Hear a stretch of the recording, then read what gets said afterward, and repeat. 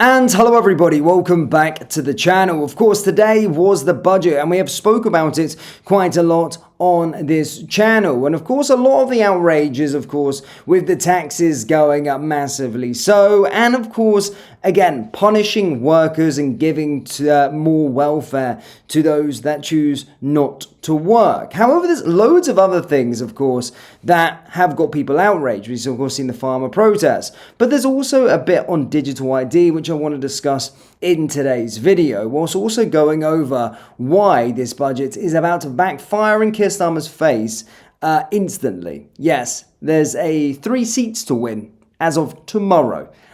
So yeah, we could see an instant backfire here as it's not looking good due to the frustration nationwide over this budget. As always, guys, we do have a lot to discuss and go over, but first, please do hit the like button and hit the subscribe button for more. You've seen the state of this country, now wear the message. Wankir, Stuck Farmer, Liber. Shop the full collection by going down into the link in the description or heading over to BritishStan.com. So first things first, guys, this was slipped in there today, you may have missed it, but Keir Starmer's dystopian digital ID card scheme is going to cost £1.8 billion over the next 3 years. The rollout of Labour's planned digital ID cards is set to cost £1.8 billion over the next 3 years, it has been revealed. The Office for Budget Responsibility Fiscal Outlook, released early in what it branded a technical error, has unveiled the cost of the controversial ID scheme for the first time. It reads the implementation of digital ID card is provisionally forecast to cost £1.8 billion in total over the next 3 years, split across £0.5 billion RDL and £1.3 billion CDL capital spending. The government has announced its intention to meet the costs of this through existing DEL departmental expenditure budgets. However, no specific savings have yet been identified. Rachel Reeves referred to the introduction of digital ID during the delivery of her budget speech in the Commons today. The Chancellor, however, did not make direct reference to the cost. However, we do know it's going to cost 1.8 billion quid. Now, I don't want this to come in anyway, and I think most of the country are unanimous on that. They don't want to see this come into the country at all, but we're going to be, footing the bill for it. 1.8 billion pounds doing this. And Zia Youssef, of course, has responded with regard to the budget and, of course, the digital ID. And he said, and they're taking £1.8 billion out of the Home Office budget, which is the only government department whose budget has been frozen in real terms, making a mockery, frankly, of Shabana Mahmood's statements. At a time when immigration is the #1 issue in the country, what do Labour do? They basically freeze Home Office funding and take £1.8 billion of that budget to spend on digital ID, which is appalling. Net immigration reaffirmed to be up at 340,000 in 2029. So yes, Home Office is going to be coming from them. 1.8 billion quid for something that no one in this country wants whatsoever.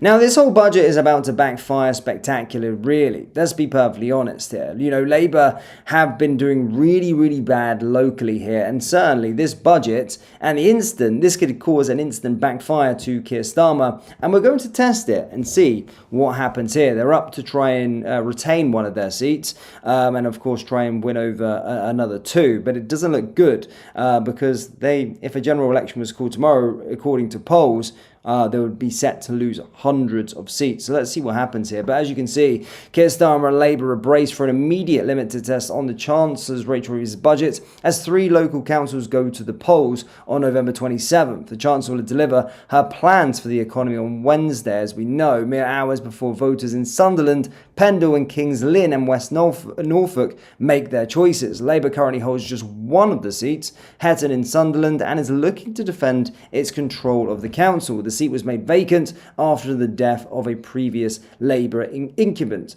But this is a situation where you probably got to look pretty closely here. This is said to be a bit of a stronghold for Labour, but we've seen a lot of strongholds for Labour and loads of their voters completely turn on them. Nigel Farage's Reform UK also standing in all authorities up for grabs and maybe hoping to turn its dominant polling results and an unpopular Labour budget into 3 big wins, which would be absolutely massive for Reform. So we're going to see what happens as of tomorrow, depending on when we're watching it, could be today. But this one here, Hetton in Sunderland, I hope I got the pronunciation right there. But here are the potential candidates. But they're also going to a Liberal Democrat area as well here on the Thursday. And that is for Barndleswick in Pendle. And as you can see, here is the possible candidates here as well. And then you've got sort of Hunstanton, Kings Lynn and West Norfolk. A seat has opened up there in their council after the resignation of a long-time councillor, Paul Beale, due to ill health last month.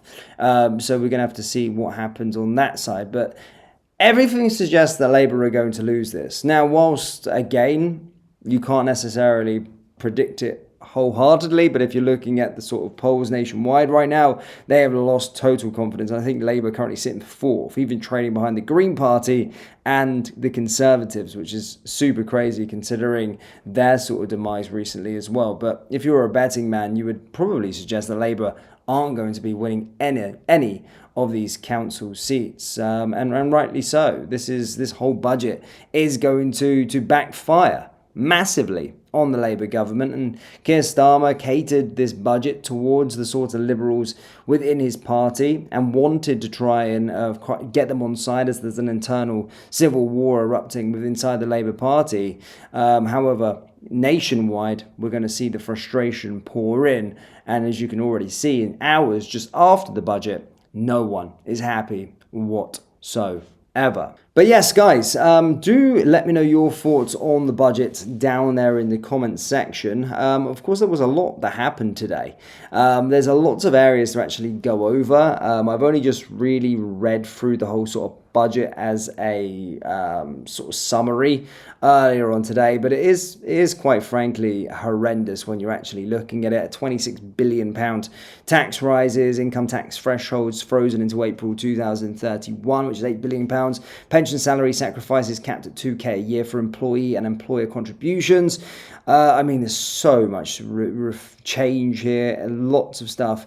Punishing transport as well, NHS, of course, situations with regard to that, and sort of punishing businesses. But one thing that I did take from this is just tax, and more tax, and of course, more welfare spending. And again, just rolling out more stuff that none of this country wants. What we really do need is a general election, and you've seen in Kerry Badenoch's sort of response to this, it tells you everything you need to know, really. Incompetency, and quite frankly, a huge disaster from the Labour Party, Rachel Reeves and Keir Starmer. But let's see what happens in these sort of local elections, guys, with regard to the council seats. But as always, do let me know your thoughts down there in the comment section below. Hit like, hit subscribe, and I will see you all in the next one. Take care, look after yourselves. Peace.